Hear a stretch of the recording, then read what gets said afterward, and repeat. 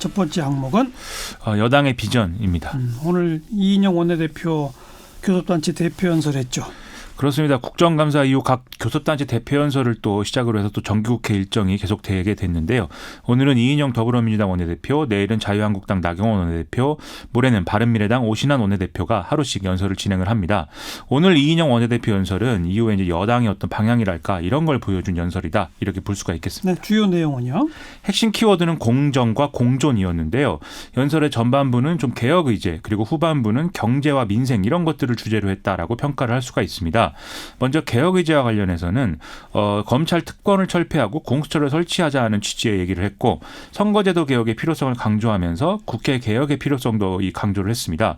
국회 개혁의 필요성에 대해서는 국회 선진화법을 좀 손질을 해서 법안 처리를 더 수월하게 해야 된다는 취지의 언급을 했고요. 또 인사청문 제도도 정책과 능력 검증 중심으로 개선을 해야 된다 이렇게 주장을 했습니다.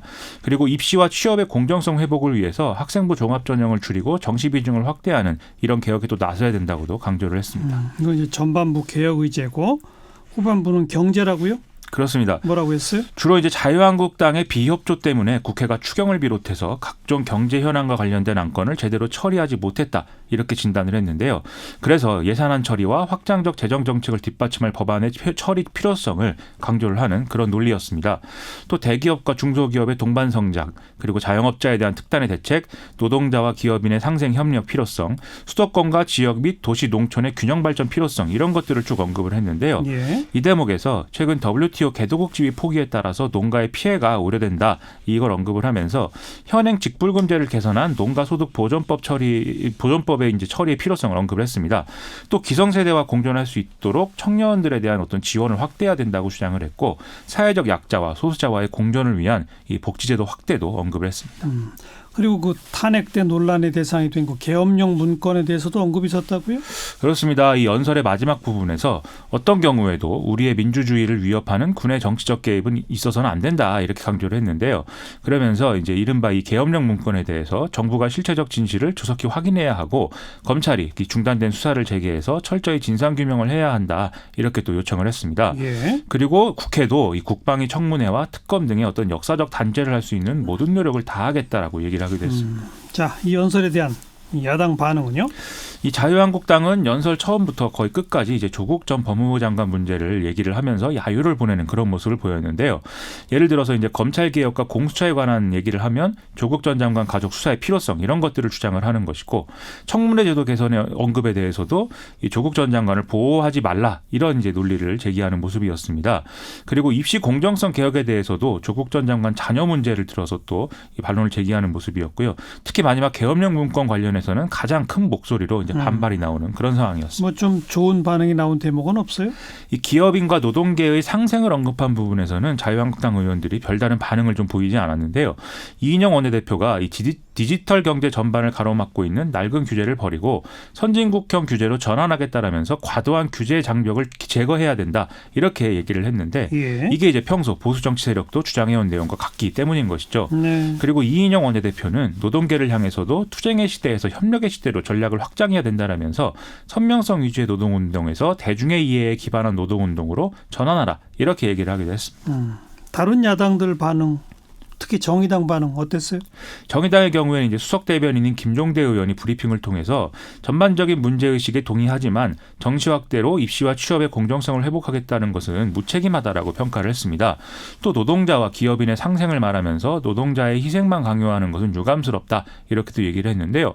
그러면서 고위공직자 자녀 대입 전수조사 특별법이나 차별금지법 제정 등에 나서야 한다고도 강조를 했습니다. 뭐 다른 바른미래당이나 뭐 이런 당의 경우에는 자유한국당하고 비슷하게 야당 탓만 하지 말라 뭐 이런 이제 입장을 내놓기도 했습니다. 시사회기 두 번째 항목은요? 울부짖으며 개처럼 겁에 질려 죽었다입니다. 트럼프 대통령이 한 말이네요. 그렇습니다. 트럼프 대통령이 현지 시각 27일 오전에 이슬람 국가 IS의 수장 아부바르크 알 바그다디 제거 사실을 공식적으로 발표를 했는데요. 트럼프 대통령은 마치 영화의 한 장면을 모사하듯이 이 작전 상황을 상세하게 이제 설명을 했는데요. 그러면서 이 바그다디 최후에 대해서 이렇게 얘기를 했습니다. 어떻게 작전을 했다는 거예요? 일단 델타포스 요원들이 헬기를 타고 시리아 북서부의 은시처를 급습을 했는데 그러자 이 알 바그다디가 자신의 세 자녀를 끌고 터널로 이제 들어갔다는 것이고요. 군견에 쫓기다가 막다른 골목에서 폭탄 조끼를 작동시켜서 스스로 이제 목숨을 끊었다 이런 얘기였습니다. 트럼프 대통령은 이 사실을 밝히면서 이 작전이 이 IS에 의해서 미국 민간인들이 살해된 것에 대한 어떤 보복이다 이 점을 분명히 했는데요. 또 트럼프 대통령은 알 바그다디의 행방을 파악하는 데 도움을 준 러시아, 시리아, 터키, 이라크 그리고 쿠르드족의 지원에 감사한다. 이렇게도 얘기를 했습니다. 그러면서 트럼프 대통령이 엄청 자랑을 했다면서요?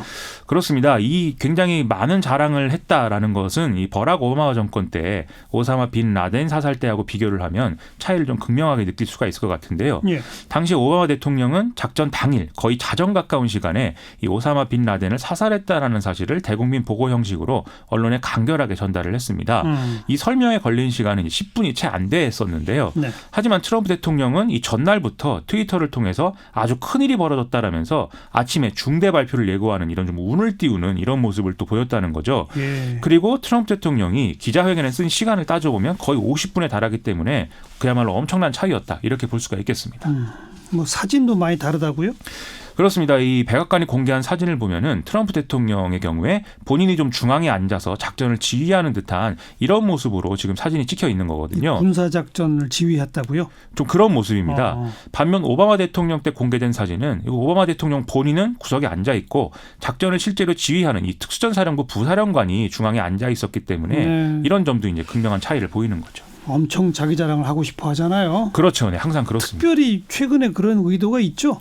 이 첫째로 이제 최근에 탄핵 조사 국면에서 그렇죠. 이 대외 정책에 있어서의 자신의 업적을 과시하는 걸로 좀 이거에 대응을 하고 싶은 이런 마음이 표현이 됐다. 이렇게 볼 수가 있겠고요. 둘째로 좀 더 구체적으로 시리아에서의 미군 철수와 이 쿠르드족을 배신했다. 이 논란을 불식시키려는 의도도 있는 것으로 보입니다. 이 미군이 철수를 해서 시리아 북부 지역에 힘의 공백이 형성이 됐고 이것이 또 이슬람 국가의 부활로 이어질 수 있다. 이런 우려가 제기된 바 있었는데요. 이제 그 수장을 사살했으니까 그럴 이유는 없다. 이런 얘기인 거죠. 셋째로 뭔가 경제적 성과에 해당하는 이런 부분도 언급하고 싶어하는 그런 마음도 있는 것 같습니다. 경제적인 어떤 성과요?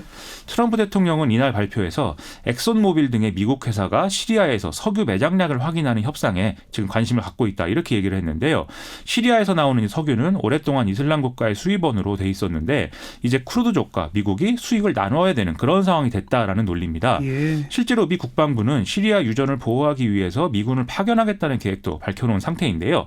이 시리아 철군 결정으로 비판 여론이 악화된 것에 대한 어떤 출구 전략 이런 것으로 보이는 측면도 있는 것 같습니다. 여기까지 수고하셨어요. 고맙습니다. 김민아 기자였어요.